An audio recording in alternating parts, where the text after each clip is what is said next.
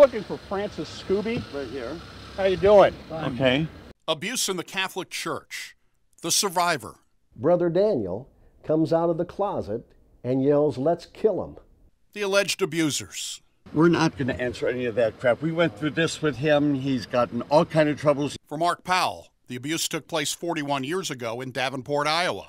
Francis Scooby sexually abused me when I was a minor. Today, some of the men who Mark Powell says abused him are living in this residential home in Chatham in Sangamon County.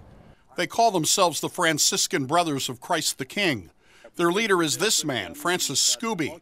Mark Powell says Scooby abused him several times when the Franciscan Brothers were part of the Diocese of Davenport, Iowa.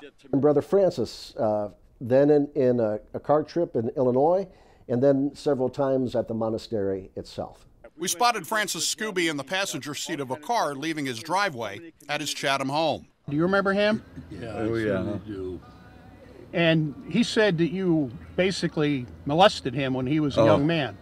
He's as crazy as can be. Yeah.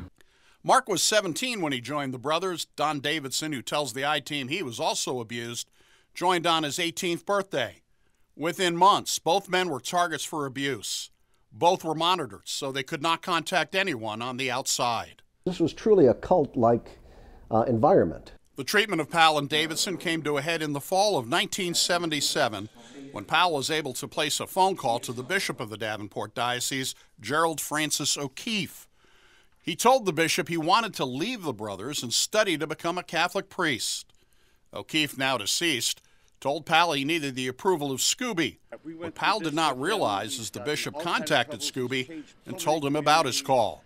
When Powell asked for the recommendation to become a priest, Scooby asked him what would happen if he did not get the recommendation. And I said, "Well, brother, I guess I'm going to have to tell Bishop O'Keefe that you've been abusing me, and not only abusing me, but abusing Brother Don." And as soon as I said those words, Brother Daniel comes out of the closet and yells, "Let's kill him."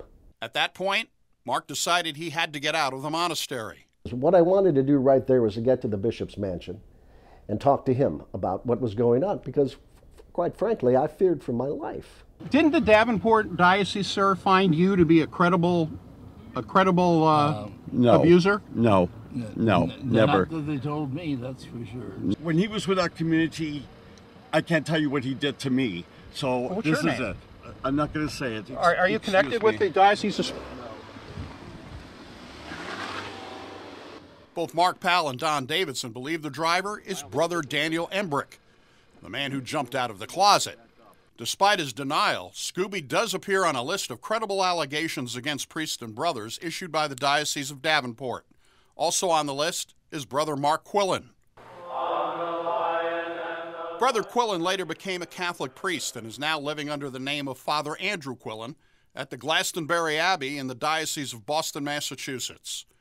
In October of this year, the Davenport Diocese added his second name to the list of credible allegations against priests. Mark Powell, when he went to Bishop O'Keefe's mansion, was told he had to return to the monastery for one more night and he would be moved the next morning.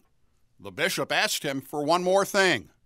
"I don't want you to tell anybody about this." Mark Powell eventually left the Catholic Church and today is a Lutheran pastor. 41 years later, it has been difficult to fully heal because of Bishop O'Keefe's request not to talk about it. It really put a damper upon my ability to heal, because if someone is abused and are surviving from that abuse, they have to talk about it. The Diocese of Springfield says the Franciscan Brothers are not connected to the diocese in any way, and they are not connected to a local parish in Chatham, which sits down the street from the residence where the brothers live. Mark Powell says despite what happened to him, he has never blamed God and enjoys his ministry as a Lutheran pastor.